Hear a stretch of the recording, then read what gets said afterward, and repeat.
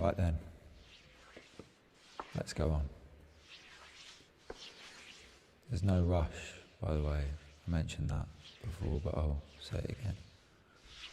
There's no rush. If you're still settling down, then take your time. Make yourself comfortable. Get a drink. No rush at all. We haven't got anywhere to go, anywhere to be. We'll be here from 10 till about 12. And there's no rush. I think I said that. Make yourself comfortable. Let me take your hand, or take your own hand, and I'll guide you, or you can guide yourself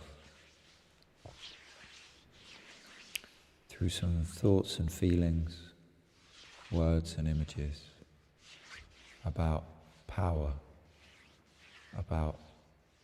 as a gesture, about handshakes.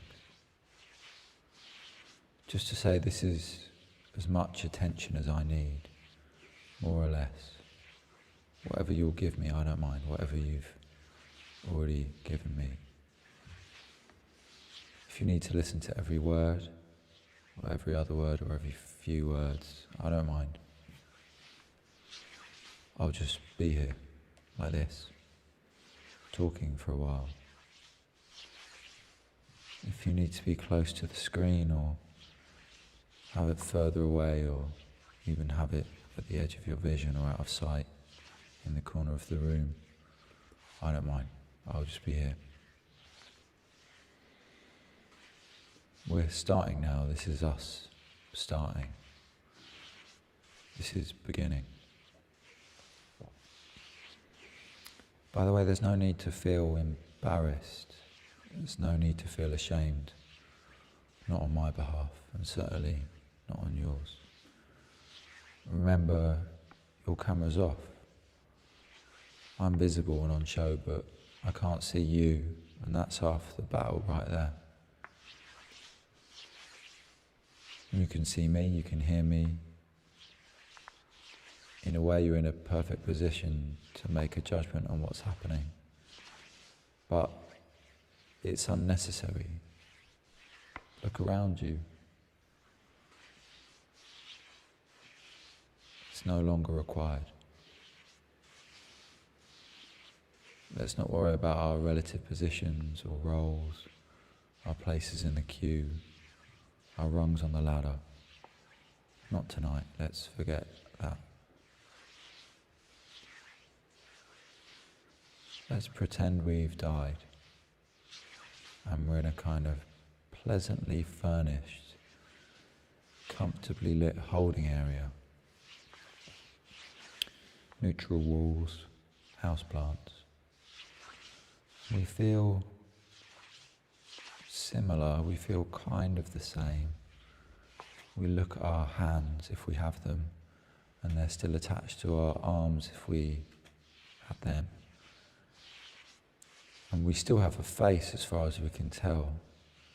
And we can see, but it's dark. We can sense that we're not worried. And we can sense that we're not irritated. We're calm.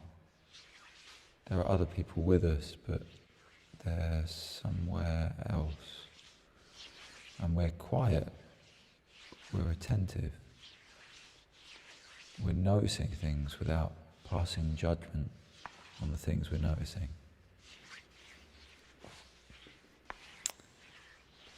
We're going to talk about handshakes. We're going to talk about shaking hands. We're going to spend time looking at some handshakes and talking about them. Talk through them, maybe.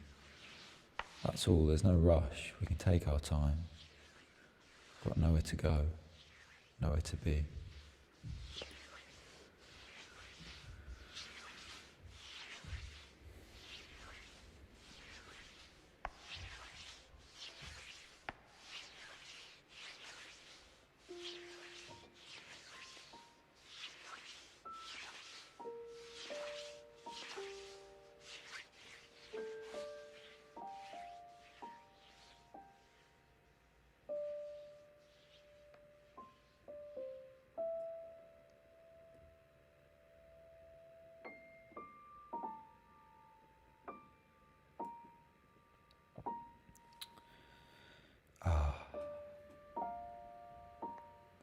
bliss it is to be touched. Do you remember? Do you remember the last time you were touched? When did you last shake hands with somebody? When did we last shake somebody's hand? Was it months ago? Was it years? Was it last March? Yeah, it was last March when we visited the hospital. Almost a year ago now. We shook hands with everybody and it was very warm. We remember that, and we felt the blood pumping in their fingers. We shook hands with everyone. And that was the last time.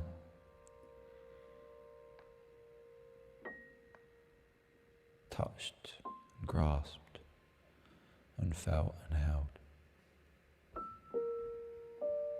Handshakes. We meet someone, or we achieve something, or we show respect, or we come to an agreement, or we make peace, we wake up. We take each other's hand, we grasp it as they grasp ours, maybe we move it up and down. The hands touch, that's key. The hands definitely have to touch, but the details, the fine grain of etiquette, distinctions between cultures or groups, who touches who, how strong the grip, how long the shake, any extras, any extra little flourishes, hand on arm, a squeeze, a touch, timing, a lingering.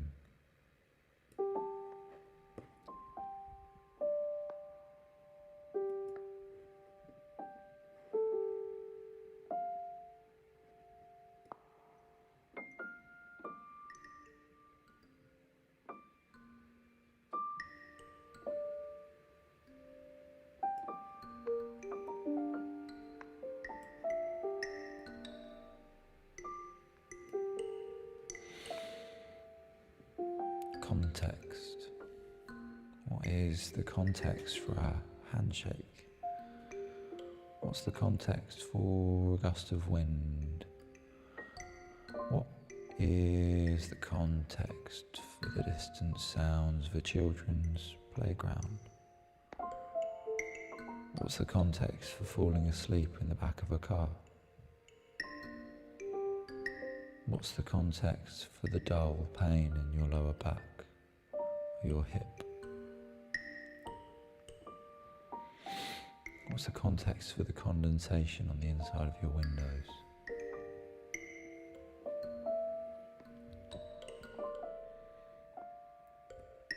We're going to spend time with handshakes as a very particular kind of gesture to do with power or hierarchy or status.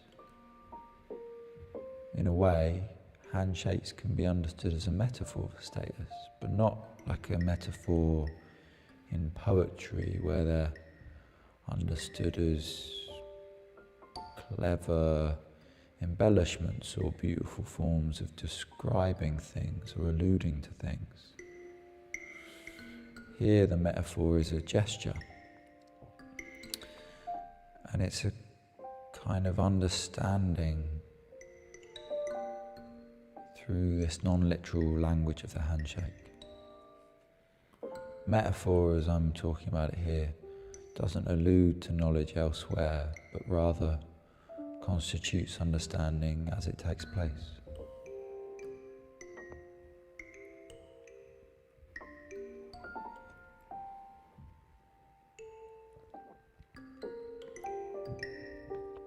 What does a handshake know? That's the question, that's our question. A handshake is a very low-level form of knowledge, a very minor form of knowledge. It's a very weak form of knowledge. constituted in the moment of the handshake.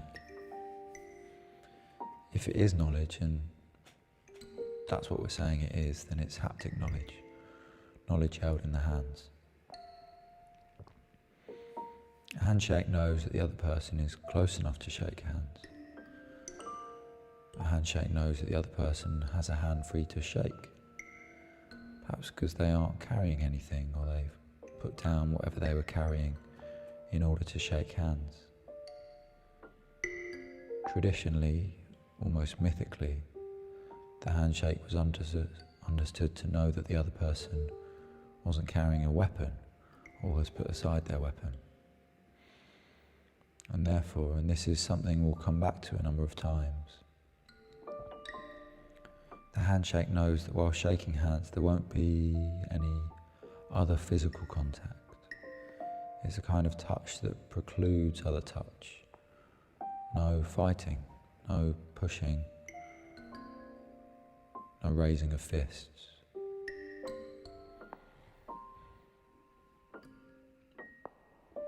But also no kissing, or hugging, or fucking. A handshake acknowledges another's presence and allows that presence to remain present for at least as long as the handshake occurs. And through the symmetry of the handshake, the way it's mirrored, through that symmetry, the handshake knows a kind of similarity. The handshake knows a very minor, very temporary form of equality. The handshake says, we're both here, and we recognise that the other is here. We're both agreeing that the other has a right to be here.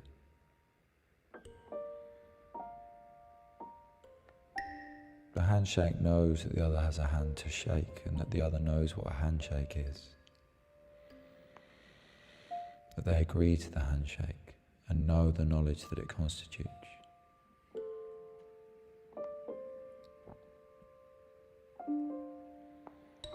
The handshake knows that the handshake is temporary, that any equality is minor. The handshake knows that its knowledge takes place in the present, and that the agreement in the handshake has no details. It's a fleshy agreement that's fleshed out elsewhere. No extension into the future, no duration, unless of course it seals a different agreement that's been worked out in words elsewhere. The handshake knows that the equality it expresses vanishes back into any pre-existing hierarchical structure once the handshake is over. In fact, that's the context of the handshake. The hands reach out from that hierarchical structure to meet one another. For the moment of the handshake, while those two bodies touch and feel and grasp, those bodies do the same thing at the same time in the same way.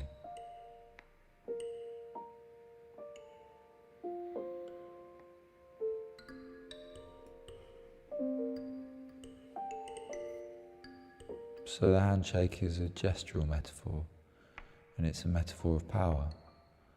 But interestingly, it's a gesture of equality, equal power. That's rare, isn't it? Seems rare.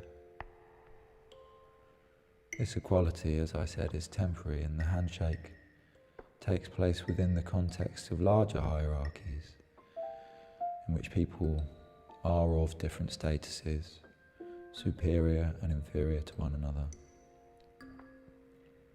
in different groups and communities. So while you might shake hands with someone in the first place, while you might know that a handshake is acceptable or expected, relies on prior knowledge of these bigger hierarchies that were established prior to the moment of shaking hands and will endure for some time after.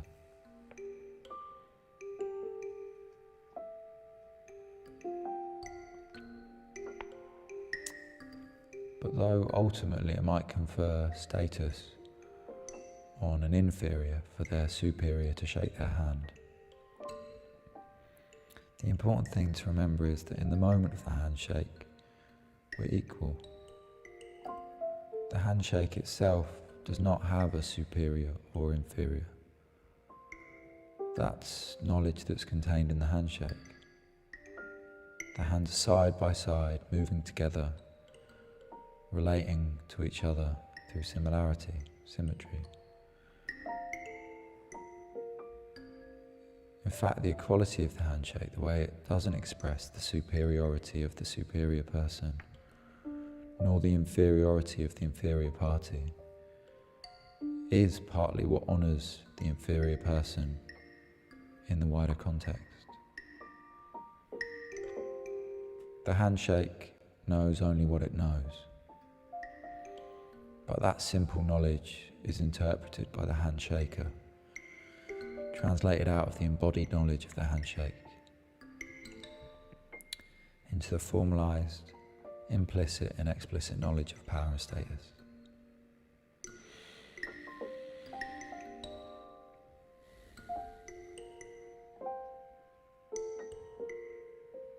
The handshake then is a small, temporary gesture of equal power, mutual respect, similarity, symmetry. But this takes place within a wider context in which the people shaking hands are of different statuses, with different levels of power. Perhaps one of them has direct control over the other. This context is one of inequality, mutual suspicion even, difference, asymmetry. If we want to, and we do want to, I'm telling you, we want to, we could think about these different situations as the illocutionary and perlocutionary dimensions of the handshake. These terms, illocutionary and perlocutionary, come from an analysis of spoken language, but they can be applied to any kind of sign, including gesture, including handshakes.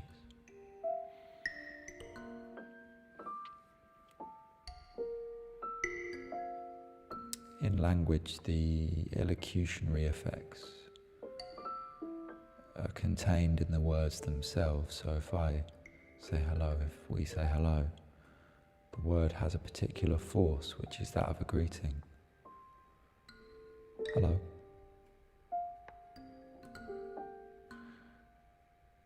Saying hello is a greeting. The greeting is in the word. Hello, we say, and then maybe we shake hands. Shaking hands also possesses an illocutionary effect. And I've already described it as that small, temporary equalization of status that's expressed in the symmetry of the hands, the way we reach towards one another and the way neither of us recoils. That's the illocutionary dimension of the handshake. The perlocutionary dimension is much wider and contains all of the effects that are not in the words or gestures themselves. In the case of saying hello, it might be the way we say hello, or to who we choose to say hello. It might be the words around the hello, or some prior knowledge on the part of the person who we are greeting. The perlocutionary effects are determined by that larger context that's always acting on our behaviour, pressing it down, giving it its wider meaning. For handshakes, the perlocutionary effects can be interpreted by looking at that larger hierarchical world outside of the equal status of the handshake. The power struggles, the privilege, the rank and status, society, business, politics.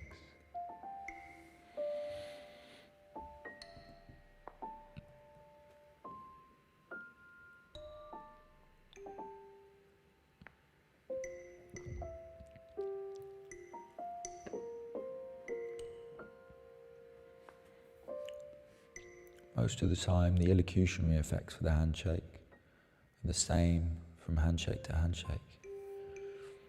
Look at this one now. It's a classic of the genre. But because of that, there's not really much point spending too much time staring at these kinds of handshakes, because they are those simple, temporary performances of equality within a much richer context, which is probably more the focus of analysis in terms of history or economics or politics or interpersonal relationships. These kinds of handshakes, like many greetings, are meaningful in only a very slight way.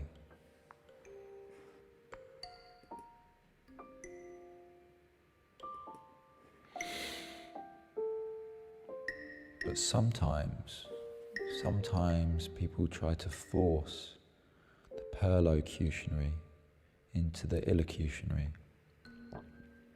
Sometimes people try to weaponize the illocutionary gesture of the handshake, pervert it, try and fill it up with the wider context of the perlocutionary. What we're going to look at today are some handshakes in which the wider context of rigid hierarchies or power struggles or status or the desire for power, when that impacts physically on the illocutionary dimension of the handshake as a physical gesture. And we're going to look at what that means for each of these handshakes. There's two of them.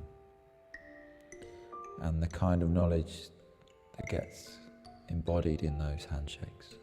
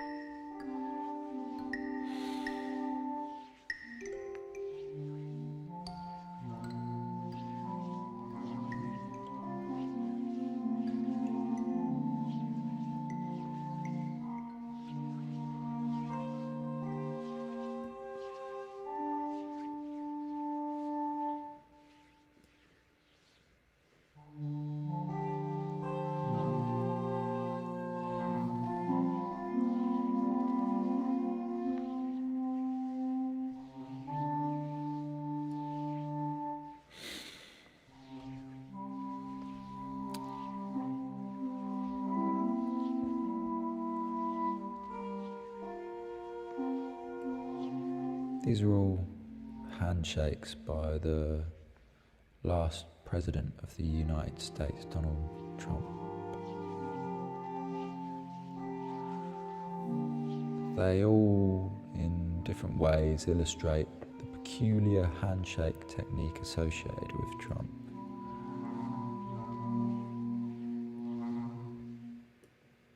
Named by some as the Trump pump. The Trump pump has been characterized by some commentators as awkward or incorrect, illustrating this idea of Trump as somehow incompetent or stupid or unable to do basic things like shake somebody's hand. By others, there's a kind of counter-reading to that. It's been interpreted as a malevolent technique, as an assertion of power, this literal power grab. But let's take a closer look at the handshake.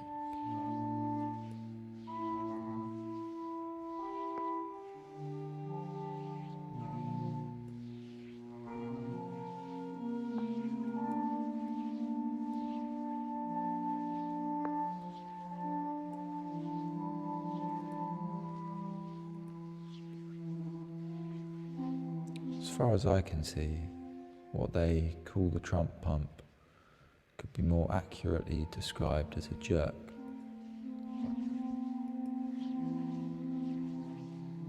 Trump, he's on the right, keeps his hand very close to his body, and that means the other person has to extend their hand further towards him to shake hands. Trump then grasps the other person's hand. Notice he's on the bottom, he's kind of swung the handshake around, and then he yanks them towards him. Now, naturally the other person has to resist this movement. It's not conscious, they just don't want to fall over. And this resistance is what causes the jerking movement that's so typical of the Trump handshake. What's strange, I think, about the jerk shake is that it necessarily involves people pulling or trying to pull their hands away from Trump. His desire for them to be close to him is manifested in the way he keeps his hands so close to his body and pulls them in so hard.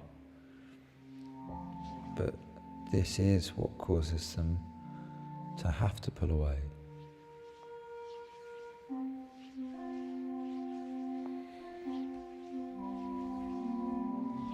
The handshake.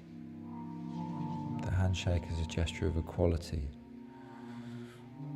even temporary peace, acceptance, closeness of a kind,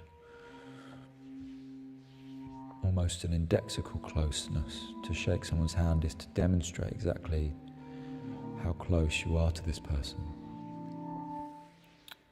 And it's subverted somehow, it's subverted by Trump's desire to have other people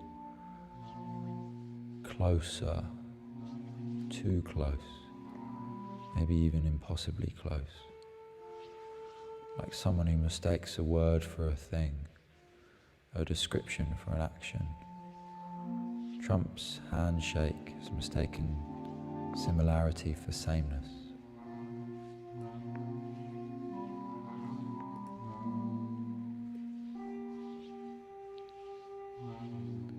Trump's handshake is often described as combative. We said that before. It's an attempt to demonstrate superiority. That's what they say. They say it's an act of violence, almost.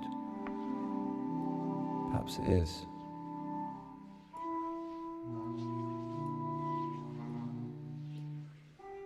But if it is a battle, then it's one that Trump keeps losing over and over and over again. Fall at the first hurdle of the hand. If a handshake is anything, if it's anything at all, then it's the suppression of the desire to turn away from the face of the other, to recoil at their touch. A handshake is a closeness, that much is true, but it's one that requires a certain distance to be maintained.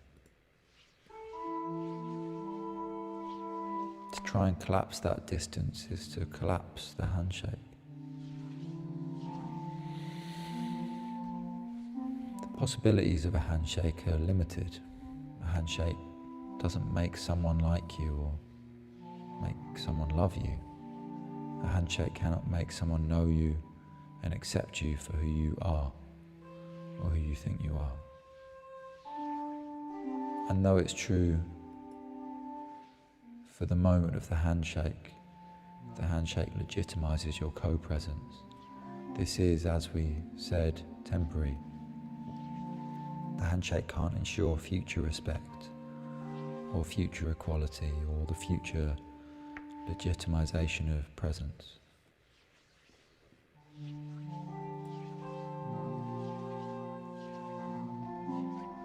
Trump's handshake knows too much. In a way, it knows too much. It knows it can't do these things, these things of ensuring positive feeling forever. And it feels deep resentment, bitterness perhaps, at its limitations. Trump's handshake wants to transcend the finite knowledge that handshakes can have.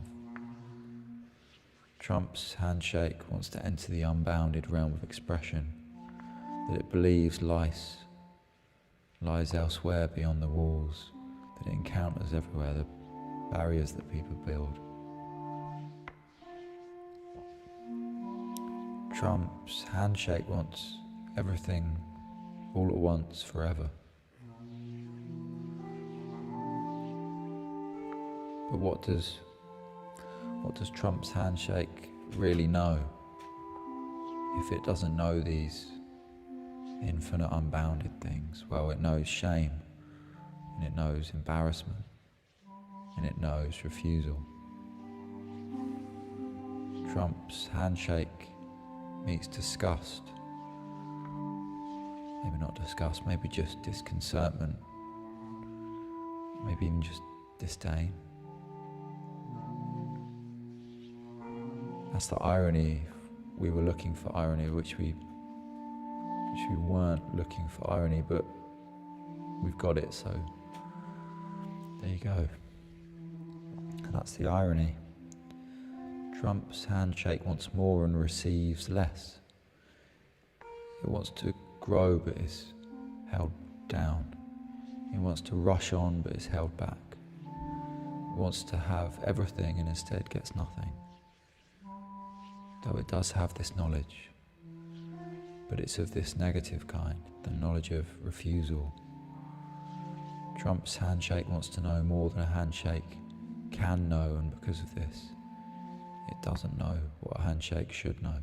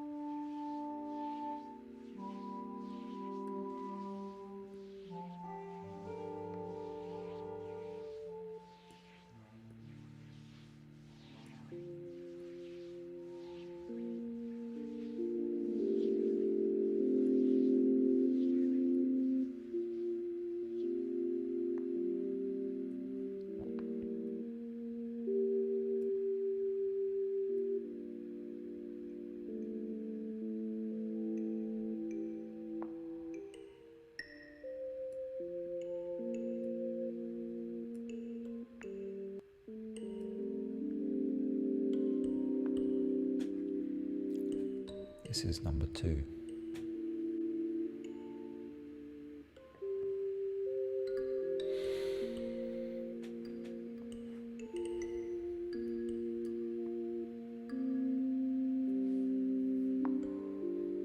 On the screen now you can see 2 people shaking hands, but they're shaking hands in quite a peculiar way. If you notice, or if you don't, the person on the left has both hands around the person on the right's hands.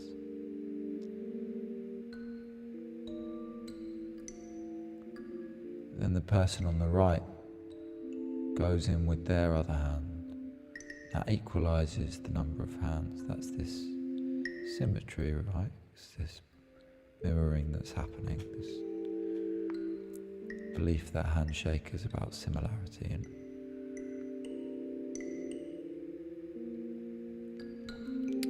but as that happens, the person on the left turns the whole handshake over, so now their left hand is on top of the handshake, and the person on the right, their left hand is on the bottom of the handshake. So that's kind of a detailed description of what might seem like quite a thin maneuver in the video.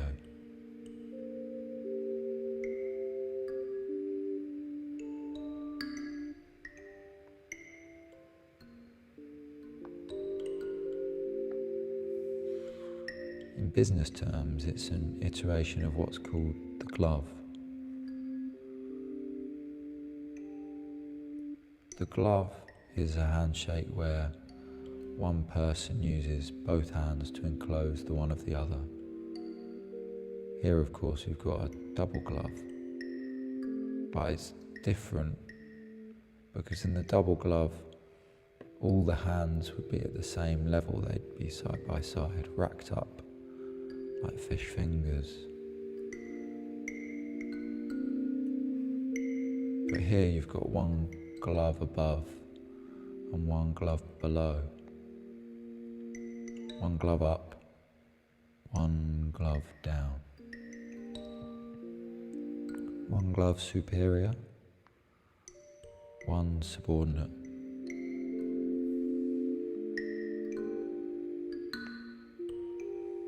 It's worth pointing out here that the handshake in relation to the terms by which we're describing it is being performed in citation, by which I mean it's being acted out for a documentary film.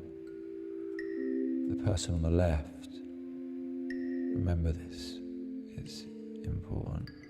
The person on the left is showing the person on the right what the handshake looks like.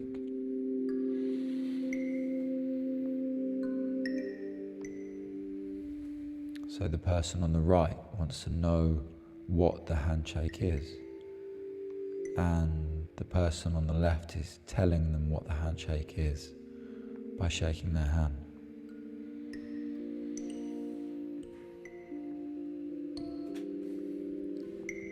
Handshakes are a very minor form of communication. So what does the handshake communicate? Well, it depends. In this piece of video, what the handshake communicates is what the handshake communicates. Let me rephrase that. Elsewhere, somewhere else, in a particular context, which we'll talk about soon, the handshake communicates something quite particular. Whereas here, when it's performed in citation, the handshake communicates something different. It communicates an explanation or a description of its communicative power. So this handshake, the one we were watching, it's a handshake that's about a handshake. It's a handshake about itself.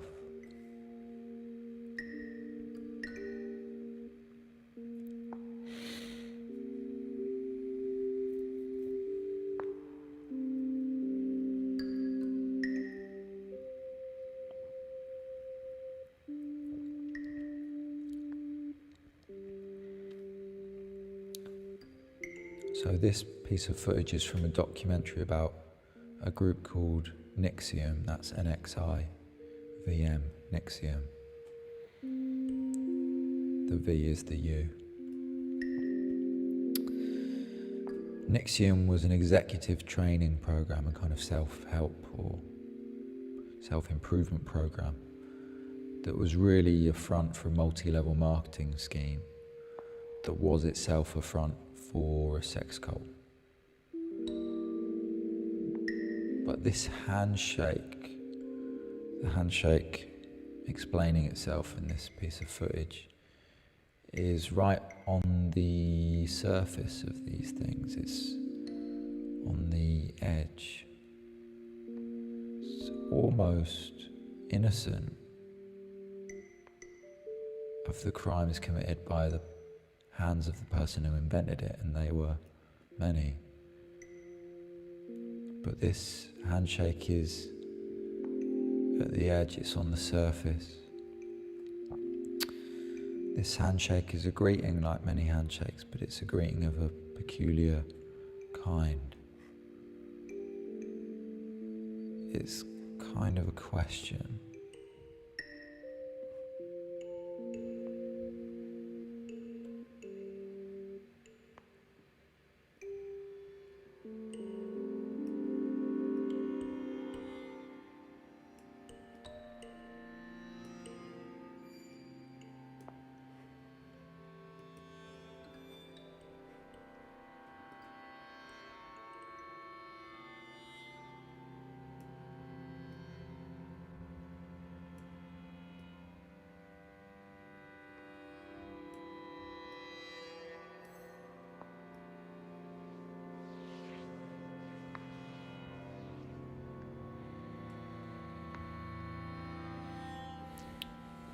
Do you remember the old email scams? The old email scams? Do you remember them? They were called advance fee scams, that's what they called them. Or sometimes people called them Nigerian prince scams. Do you remember those scams?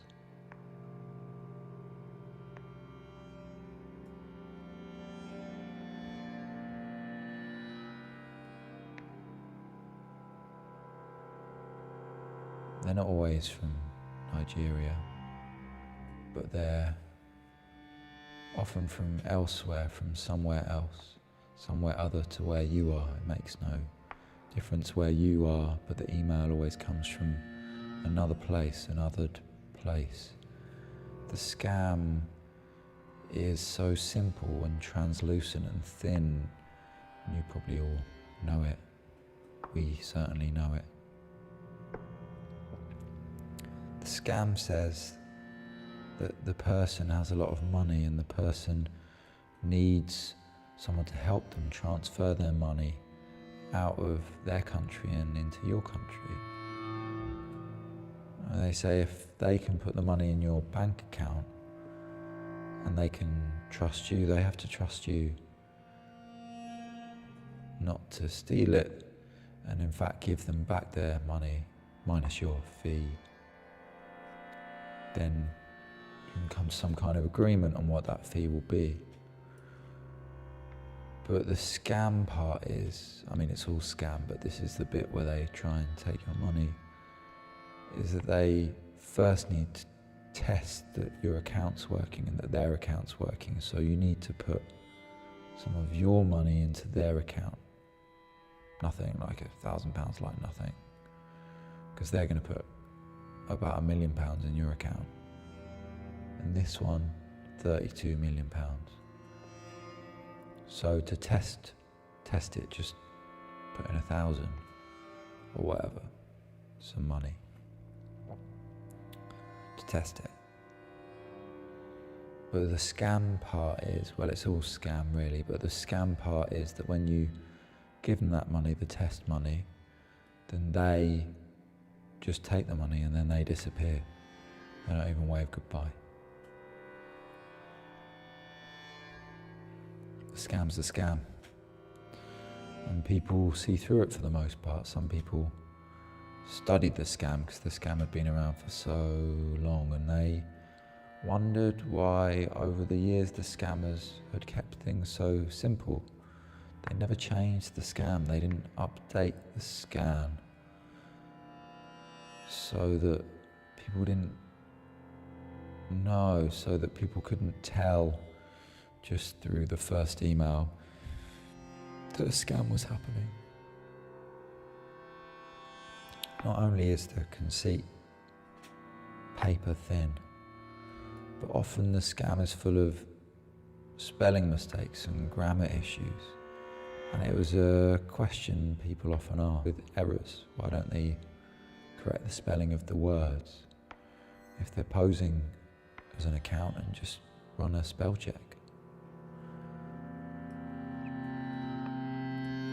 But in the end, the people studying the scam came to the conclusion that the scammers kept the same scam with the same paper-thin conceit and the same errors.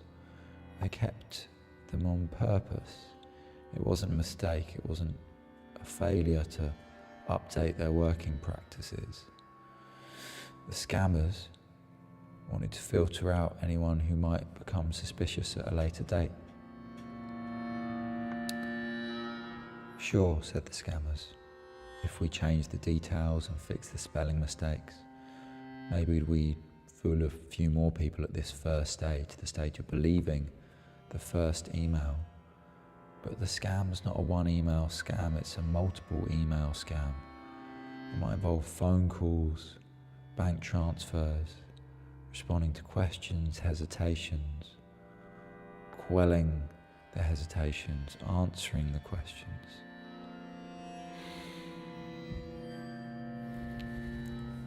Let's put it this way, said the people studying the scams. The scammer's scam was always delicate, quite fragile, and it couldn't withstand much critical interrogation. And the scammers maybe noticed that over time, the original scam, sure, it had less people responding to the email because people got wise to the scam or saw through it or read about it in the news. But what happened, said the people studying the scam, was that the people who did respond to the first email were much more likely to get taken in by the second email, and they were much more likely to have their questions answered by the third email and be willing to give money by the fourth email. These people were a self-selecting group. The first scam email, this one here, is bait or a hook, but it also became a way to test the waters, became a filter, a sieve, a purification process. This bad, obvious, error-ridden scam email, it did a job. It sorted the scammable from the unscammable, and it did so much more quickly and efficiently than a hypothetically better, more subtle scam, an error-free scam could ever have hoped to.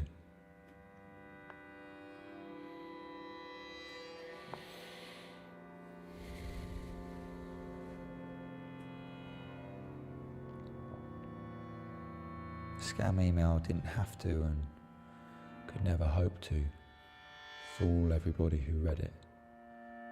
The scam email only needed to, and in fact was much more useful if it only did, fool those who would submit to being fooled again and again and again and again.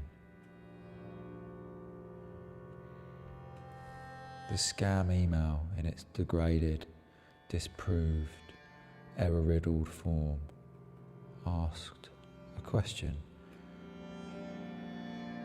but it was a silent question,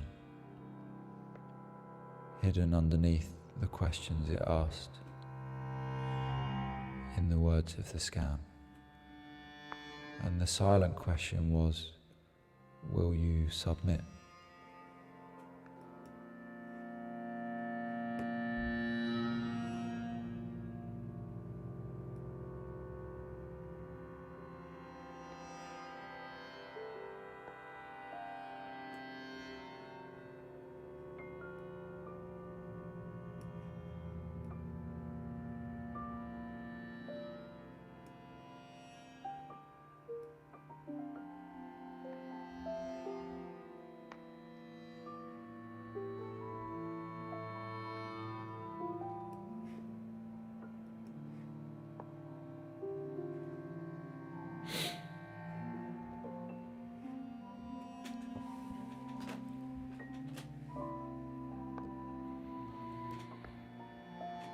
Here we are. Back again.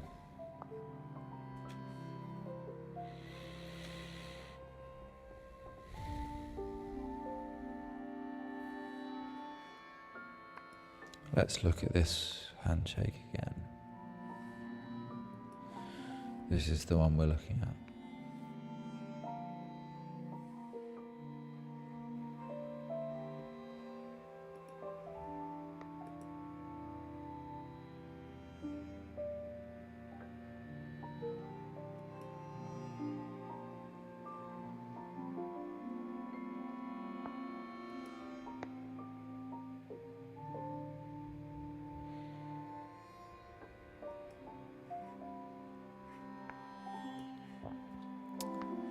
I haven't told you what it means yet, have I?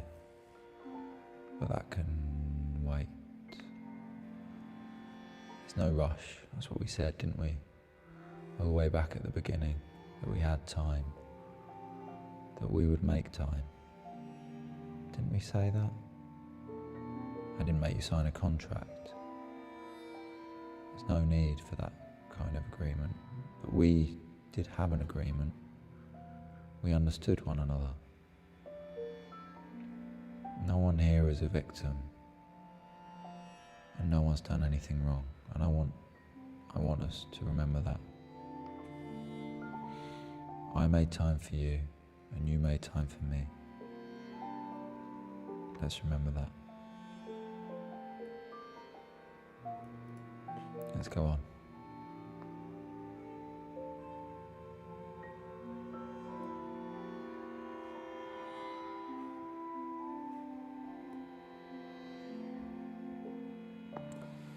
Why do we think about above and below as markers of status? Where does that come from? Does it have some basis in physical reality? Is there some universal human experience of up being in charge of down, or above having the upper hand? Do you remember the last time you laid down on the ground in defeat? Do you remember the last time you looked down to avoid someone's gaze? Do you remember the last time you slid down in your seat or pulled the covers over your head? Do you remember the last time you sucked your shoulders in tight, small and quiet, and hoped that no one would notice you?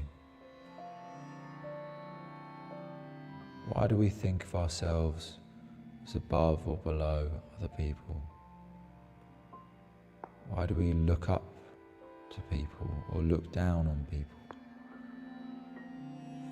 From what position do we heap scorn on others? From what vantage point can someone seem beneath our contempt? Do you remember the last time you made someone shrink back from your touch? Do you remember the last time you broke someone's gaze? Stared someone down? Have you ever made someone flinch? Have you ever stood over someone's broken form, waiting for them to signal their submission?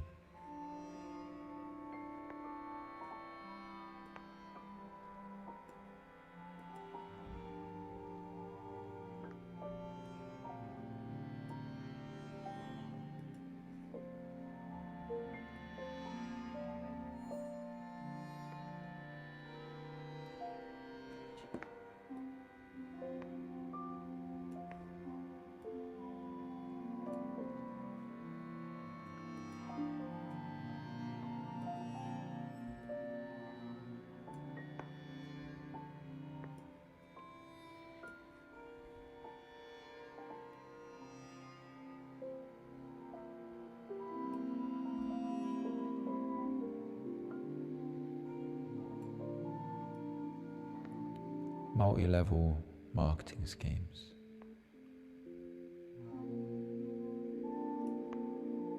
Do we know what a multi-level marketing scheme is? well, we can tell you it's a business model without a business. It's the rigid hierarchy of a traditional corporation, but that's all it's got. There's no business to be validated by external metrics of success like profits or share price. It's easy and perhaps necessary to say that multi-level marketing schemes are perhaps more philosophically honest than real businesses.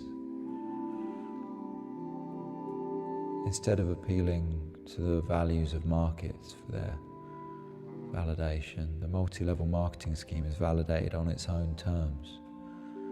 The business model is the business. As long as nothing challenges the hierarchy, then the multi-level marketing scheme will always be successful on its own terms.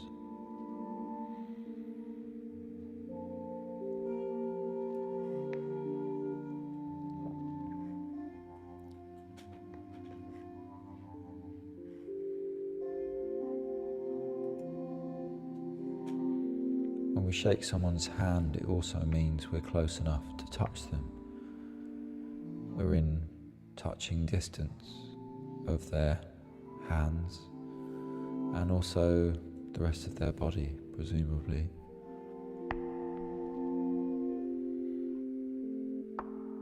By touching someone in this particular way,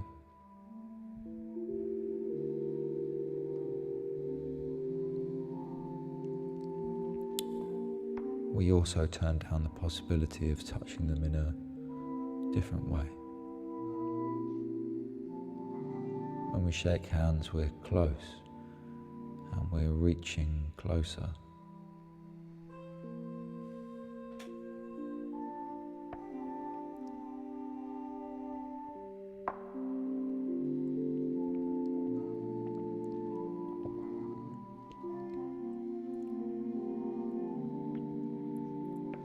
By touching someone, we also close off the possibility of recoiling from them,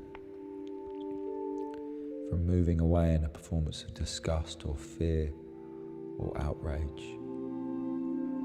Not shaking someone's hand, refusing to shake someone's hand, that's a performance of one of those emotions, disgust or fear or outrage, or some other emotion that requires an audience and a performance. To shake someone's hand at all is to legitimize their presence so close to you. And in shaking their hand, your legitimacy in their eyes is also constituted for you.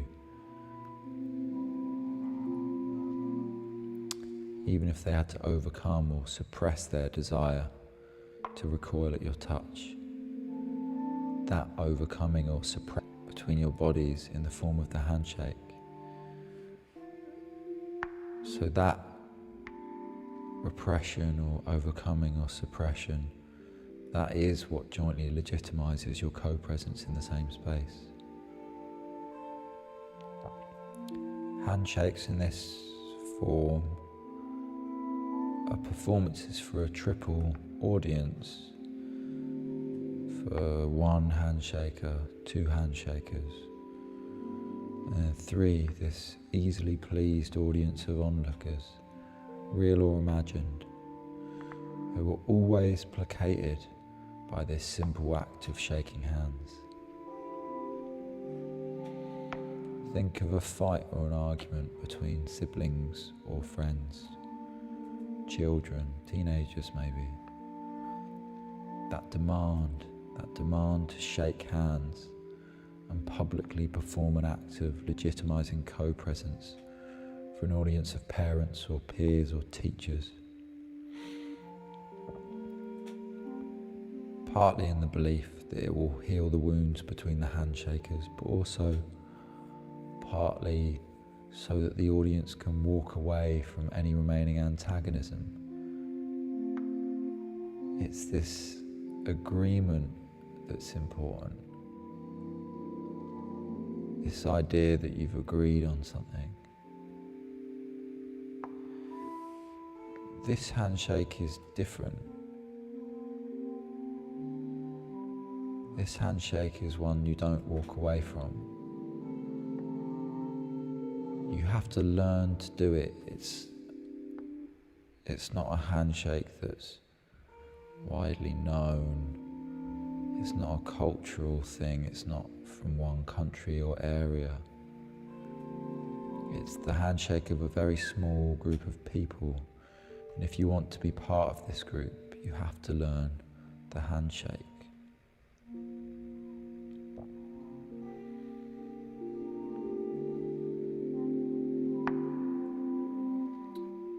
A handshake is always a kind of agreement. But this handshake is an agreement that the handshake is understood, and an agreement that the handshake is accepted.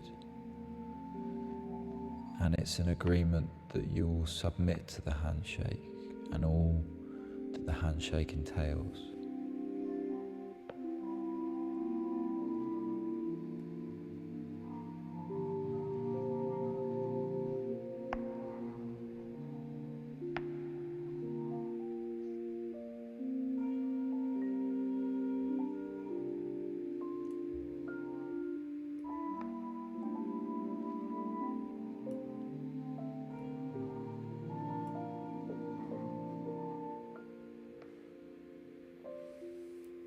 In Nixium, NXIVM, Nixium, the group that deployed this handshake, that's what they're called, Nixium, they have a very strict hierarchical system in which everyone thinks of themselves and is in a relationship of superior or inferior status to everyone else in the group.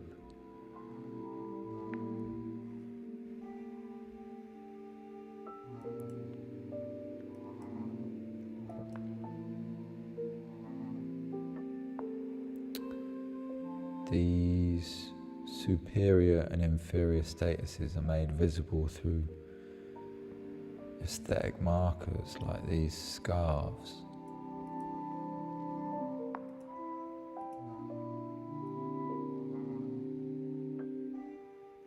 Sashes, really, that's what they're called.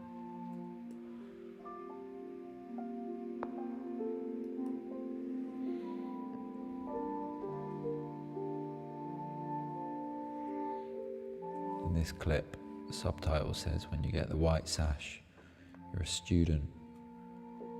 When you get the yellow sash, you're a coach. But they also had these stripes that would get on the sashes as well, a bit like notches, like the belt system in martial arts. Different coloured sashes with stripes on the sashes.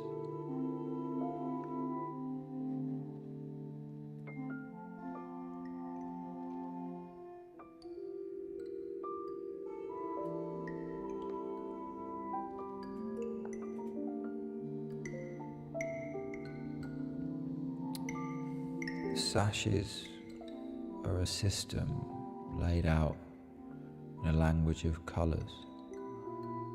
This colour equals this level in the group.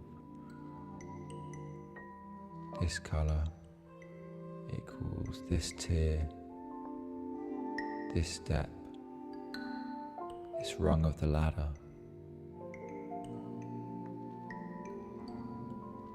The multi-level marketing scheme requires one thing and one thing only from its members, and that is that they submit to the hierarchy.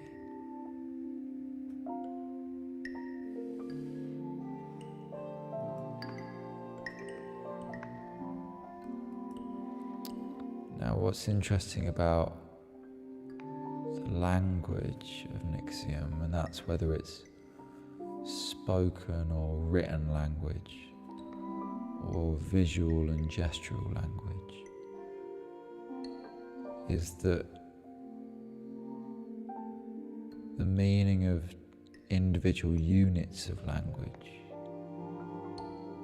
they're tweaked ever so slightly so that when they're deployed within the context of Nixium, their meaning, or what we earlier called their illocutionary force, is ever so slightly different to how those units of language might be deployed elsewhere, outside of the group. These little tweaks to individual units of language happen all through the system of rules and teachings that Nixium employs. So words like joy, rationality, victim, freedom, choice, liberation, and responsibility. These words have very different meanings in Nixium than they do in the outside world. They're recognizable meanings, but sometimes they're even the mirror image of the meanings that they have in the outside world. A different kind of symmetry there. Either way, whatever the meaning, is different, and this different meaning has a different kind of force. This happens with gestures too. We're looking at handshakes, but they also do bowing, they do clapping, huddles, different interpretations of hugging and kissing, sitting and sleeping,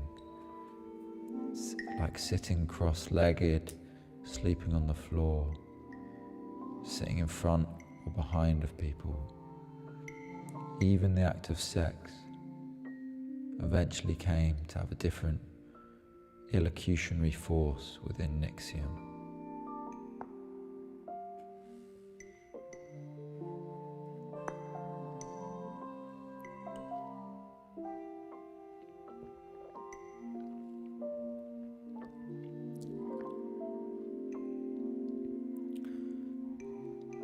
We won't go into all of these different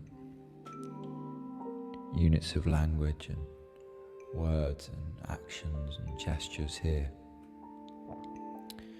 But what we want to get across is that the way these units of language have their meanings tweaked means that every time members of Nixium engage with the new meaning, they're implicitly submitting over and over again to the power of the leaders of the group to define meaning. They're saying, yes, you can define meaning. And this submission, it takes place, it's embedded within the saying or writing of words or the performance of gestures. So the wider context of this rigidly hierarchical system in Nixium is ingrained, embedded in the fact that these units of language have new and different meanings.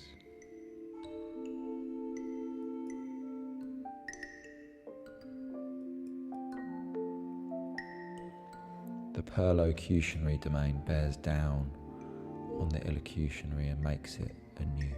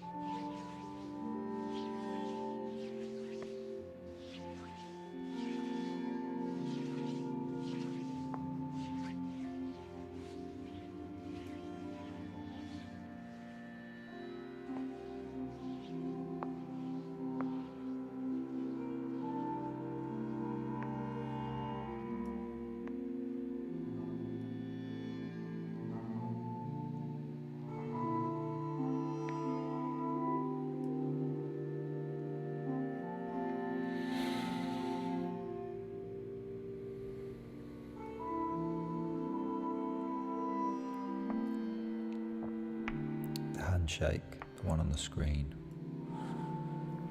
has to be explained. It has to be demonstrated and explained.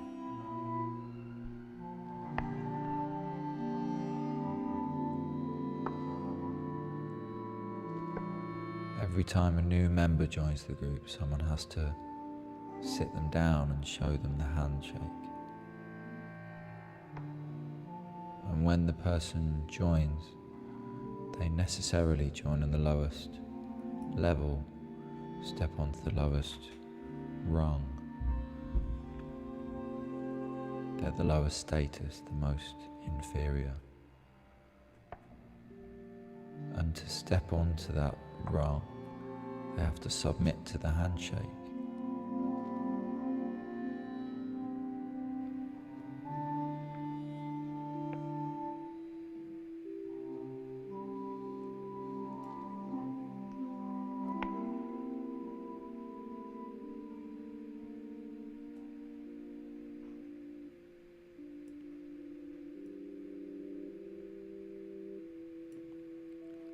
Let's imagine ourselves in that position. We want to join a group. We like the group. We think the group is good, is interesting. They're doing good work. They're a community. The first thing they do is teach us a handshake that demonstrates that we're lower in status than everyone around us. Maybe we'd walk away. Maybe we wouldn't submit. We'd think it was silly or petty or ridiculous. But maybe we'd think that if this was all it took to be part of the group, then it's fine. It's just a handshake. It's just symbolic. It doesn't mean anything.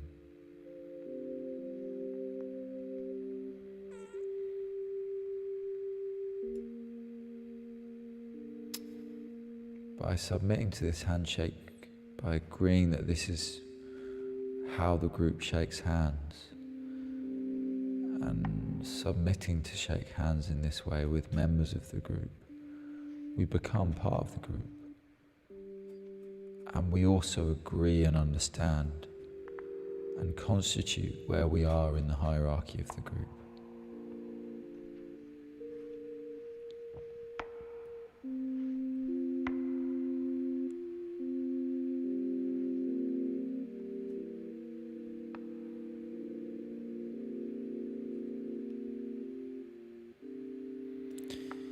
You've probably guessed by now,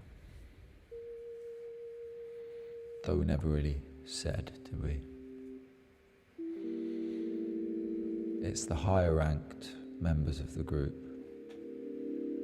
They spin their hands on top.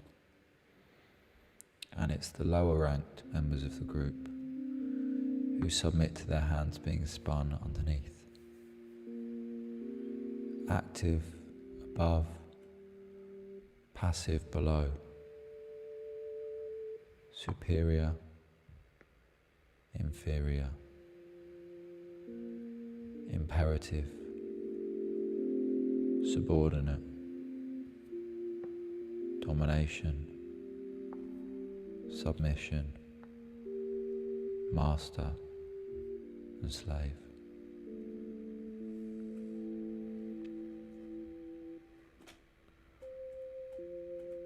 What strikes me now, after having watched this video for what seems like days, is a small thing, really. It's a very small thing, but it strikes me. The documentary where this video is taken from,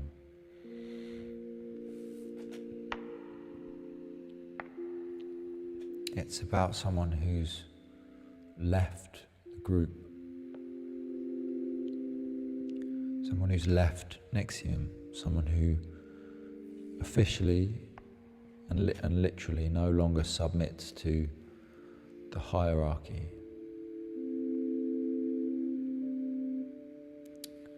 And that's them on the left. They're demonstrating this handshake for the camera.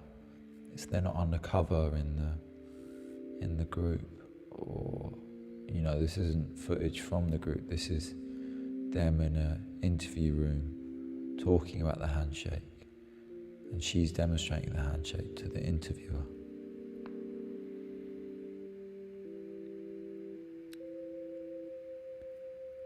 It's incitation, as I said before. They're not performing the handshake within the perlocutionary domain from which the handshake normally reaches out. But despite all that,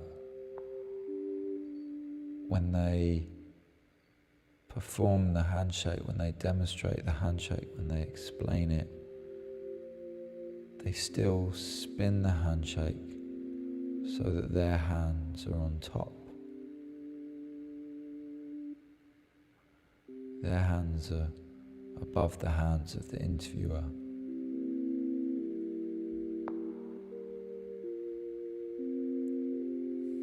And it struck me that in a very real way, that means they still submit to the knowledge that's embedded in this handshake.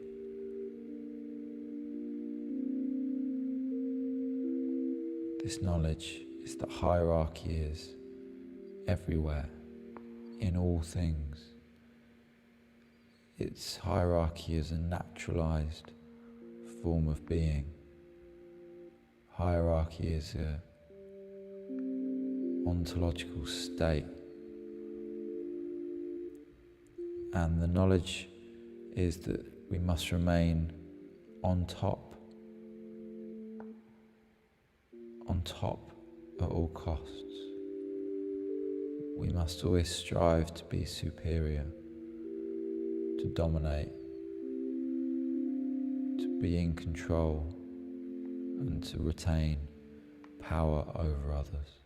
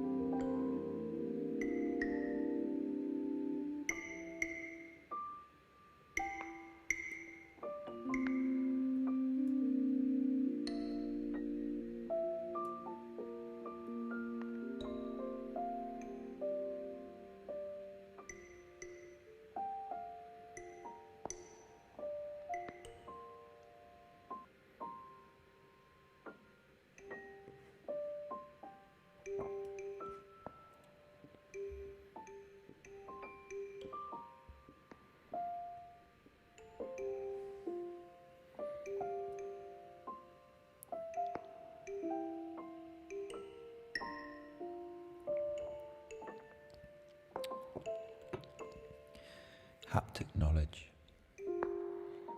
knowledge held in the hands. Let's take a moment to breathe. I didn't realise my shoulders would be so tense from all of this. I thought I'd got rid of them.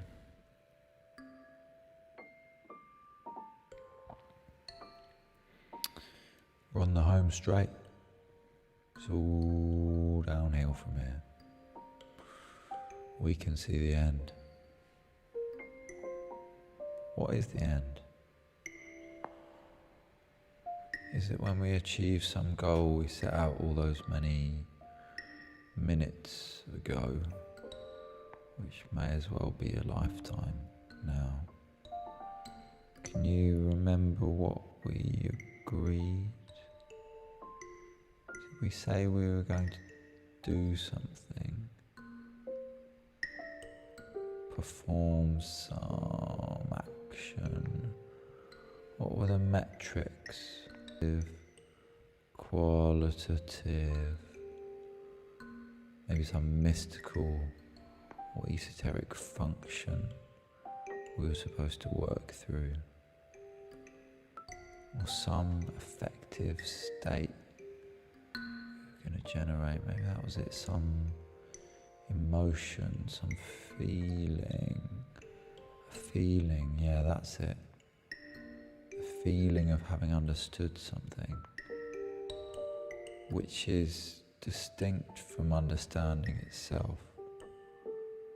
The feeling of clarity, of mastery even.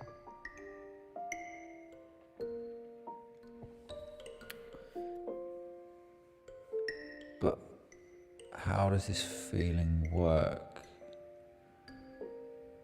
This feeling of knowledge, perhaps the feeling of conclusion, I think it's more like shame. It's a free radical, it's floating and relative, not connected to any particular object, no particular kinds of information or activity. It's able to stick to whatever our personal psychologies or cultural prejudices allow us to feel as knowledge or conclusion. Satisfaction, maybe that's a good word for it, satisfaction. Satisfaction's a kind of sanctioned ecstasy, isn't it?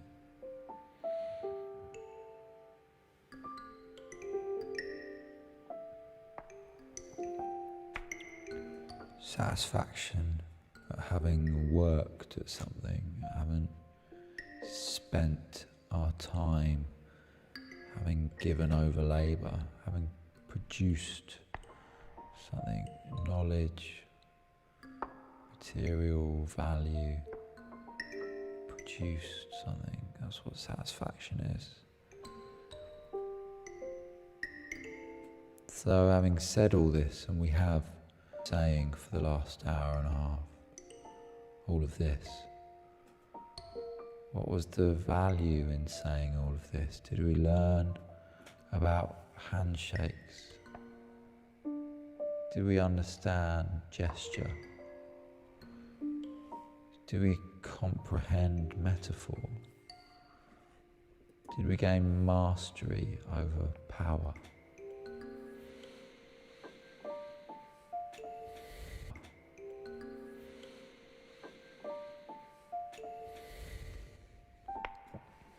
Perhaps the connections we made between these elements were themselves little more than fleeting feelings, tracing out our own desire to feel as though connections are being made, a human tendency to look for patterns.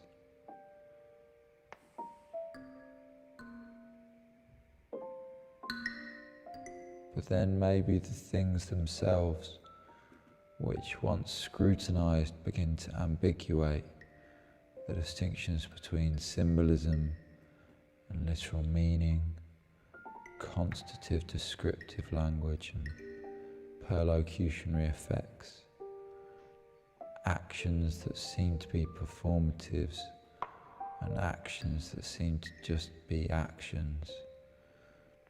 Maybe these things can only ever be connected through feeling. Maybe the ambiguity of a handshake, which sits at the meeting point of language, action, ritual and relation, can only be thought. Sit back, relax your eyes, let the tension slide off your shoulders, pretend they aren't watching anymore, and allow your fingers to curl over into your palms.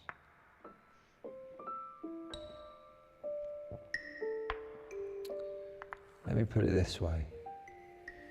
If you ask us how it feels to shake hands, what can we tell you? Not much. We might resort to simple physical descriptive language. We might describe a particular handshake as weak or strong or firm, floppy or wet, short or long, jerky or powerful. We might say, he wouldn't let go. She grabbed the tips of my fingers. He pulled away. But without even really having to be translated or interpreted, these seemingly simple physical descriptions, they already perform this metaphorical work that we've been talking about. They tell us not just about the handshake, but about our feelings, our contempt or reverence for the other.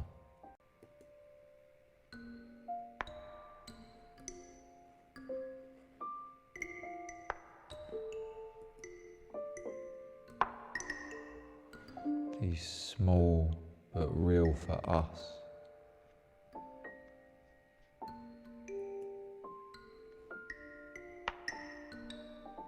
Hierarchical feelings of superiority,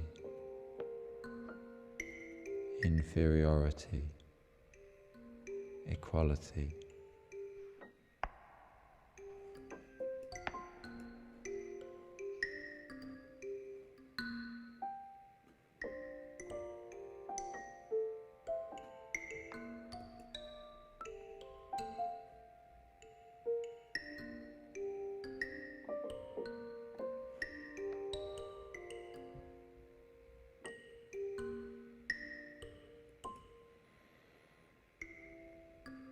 Feelings about those feelings.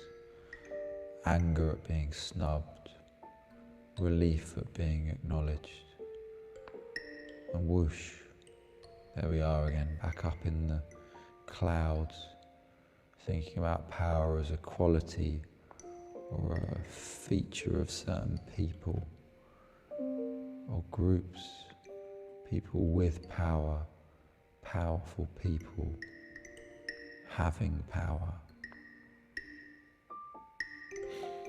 Slippery, this stuff, all of this stuff, it's very slippery.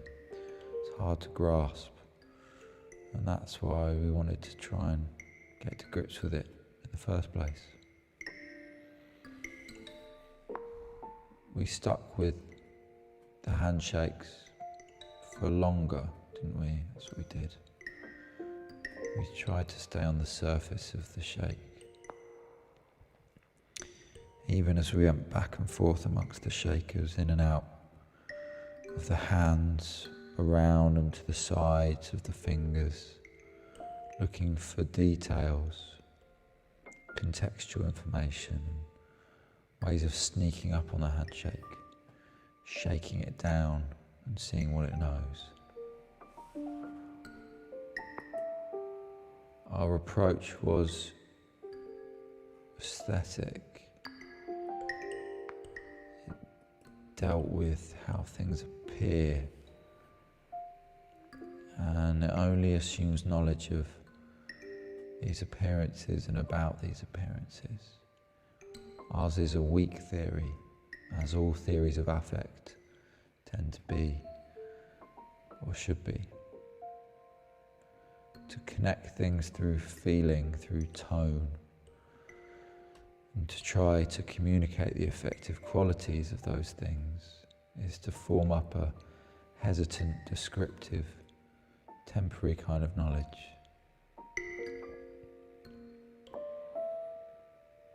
Over the last few hours, we constituted a limited world in which we said things were connected. And those words, the words we said were the things that were connected. We created our own little metaphysics where all that was present to us was handshakes. That's all there was. And all that we knew came from what was present.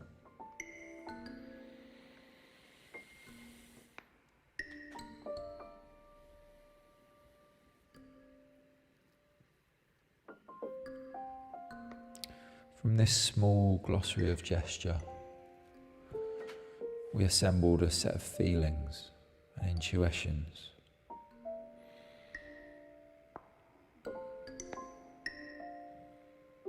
About what handshakes might know.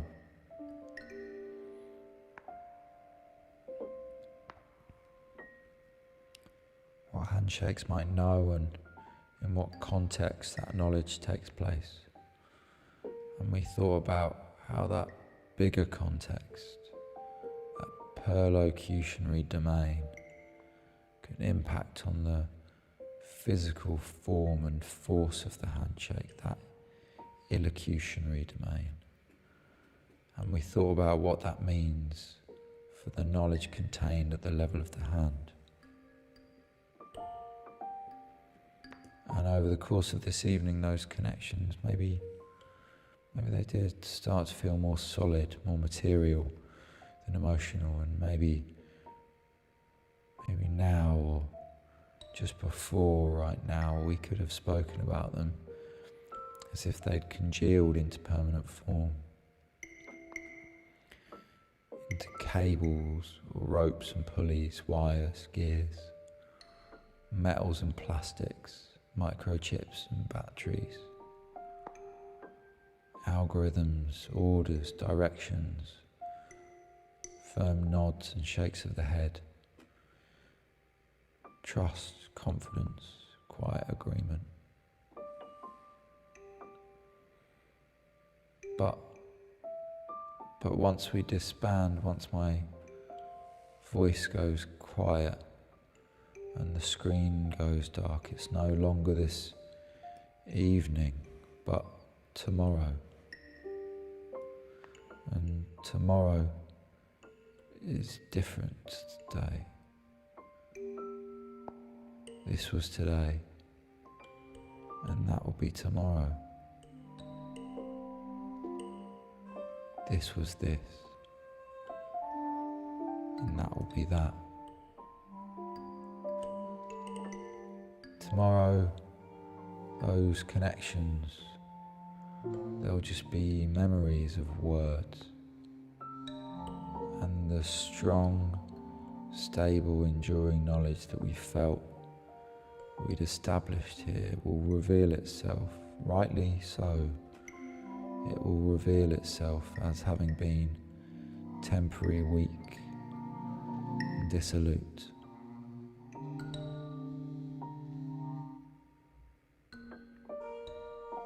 That's fine, no, that's absolutely fine. It's the way we planned it. And we wouldn't want it any other way. One thing, though, one last thing.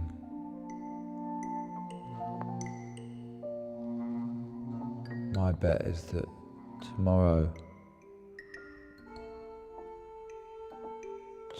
rather than today, my bet is that tomorrow, on the 26th of February 2021, handshakes will be absent, very absent, rather than present, as they were for all of us here today. There'll be work to do and words to say and people to speak to, but there won't be hands to shake.